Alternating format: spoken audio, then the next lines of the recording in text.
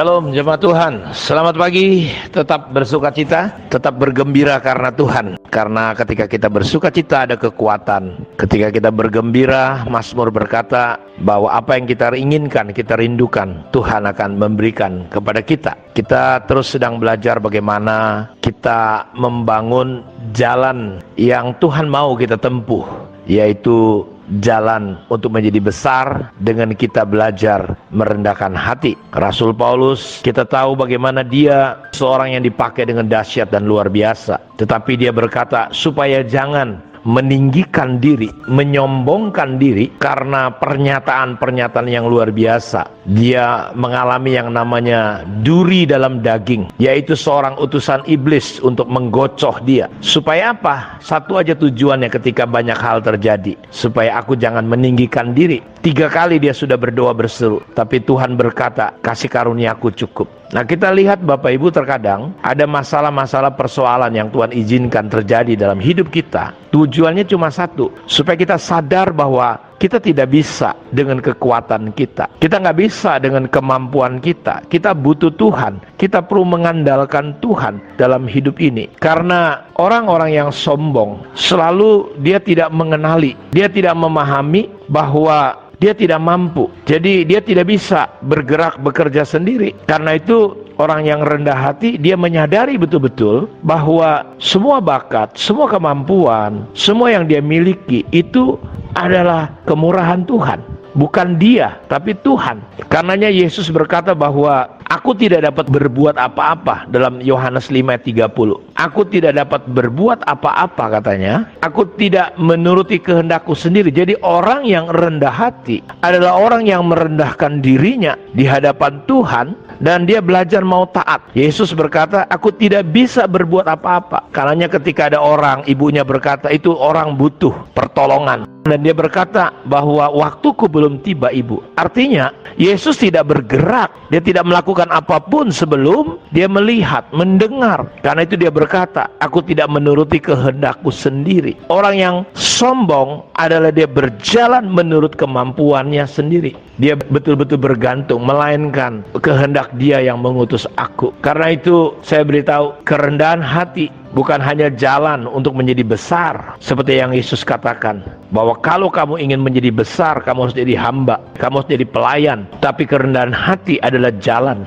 untuk kita menjadi kuat. Dalam kitab Yakobus dikatakan bahwa Allah menentang orang-orang yang congkak, tetapi mengasihani orang yang rendah hati. Dalam Yakobus 4 ayat 6 dan 10. Tetapi kasih karunia yang dianugerahkannya kepada kita lebih besar daripada itu. Karena itu ia katakan, Allah menentang orang yang congkak, tetapi mengasihani orang yang rendah hati. Ayat 10, rendahkanlah dirimu di hadapan Tuhan dan ia akan meninggikan kamu. Jadi kerendahan hati adalah kekuatan. Ketika kita terbentur, ketika kita Bapak Ibu mengalami persoalan, nasihat Yakobus, Tuhan akan memberi kekuatan, Tuhan akan menguatkan kita. Jadi kerendahan hati adalah jalan untuk kita dapat kekuatan yang datangnya dari Tuhan. Kerendahan hati adalah jalan untuk anugerah Tuhan turun melimpah-limpah atas hidup kita. Kerendahan hati adalah jalan terbukanya jalan-jalan yang tertutup selama ini. Karena itu saya mau katakan kepada kita semua Bapak Ibu, bahwa mungkinkah saudara sedang bingung, sedang susah, ada jalan-jalan yang tertutup. Kalau saudara ingin melihat jalan itu terbuka, rendahkanlah hatimu. Kalau saudara merasa hari-hari ini mudah tersinggung, marah, sepertinya anugerah Allah begitu kering, rendahkanlah hatimu. Ketika saudara mulai merasa lemah, tidak kuat, tidak bisa berbuat apa-apa, rendahkanlah hatimu. Karena di dalam kerendahan hati ada kekuatan yang luar biasa.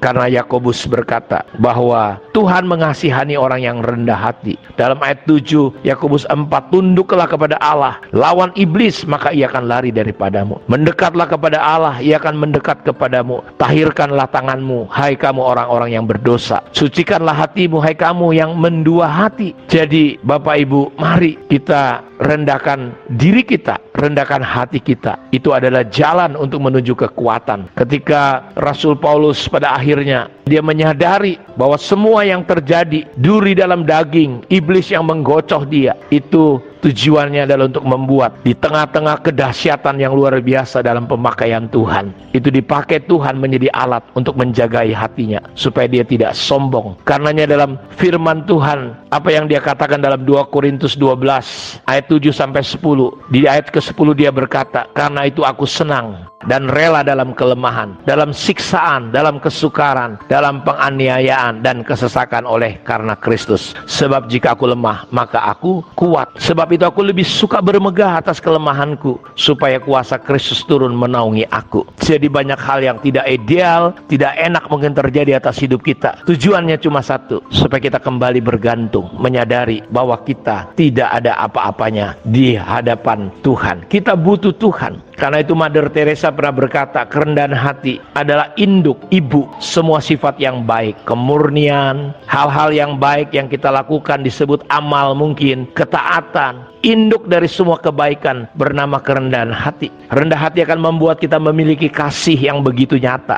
dan itu menjadi persembahan yang sungguh-sungguh. Mother Teresa seorang yang mungkin tidak sehebat Reinhard Bonnke, sehebat Suzette Hetting, sehebat banyak penginjil-penginjil. Dia hanya orang yang sederhana, tapi dalam kesederhanaannya ditopang dengan kerendahan hati. Dia memiliki kasih yang begitu nyata, sehingga dia pergi ke India, di Kalkuta, orang-orang yang terbuang, orang-orang yang tersingkirkan, dan dunia terpengaruh melihat bagaimana pelayanan Mother Teresa. Karena itu kerendahan hati adalah di mana kita menyadari, menerima bahwa kita terbatas, tetapi lewat kerendahan hati itulah kita akan berdampak. Kita melakukan segala sesuatu tanpa pamrih dan penghargaan, dan itu yang dilakukan oleh Mother Teresa. Sehingga walaupun orangnya sudah nggak ada, saudara, dunia mengenal, semua agama mengenal. Karena itu kasih tidak bisa dibatasi oleh apapun, agama manapun. Karena kasih melampaui agama, kasih melampaui apapun, Bapak Ibu. Karena itu rendahkanlah hati kita sebagai jalan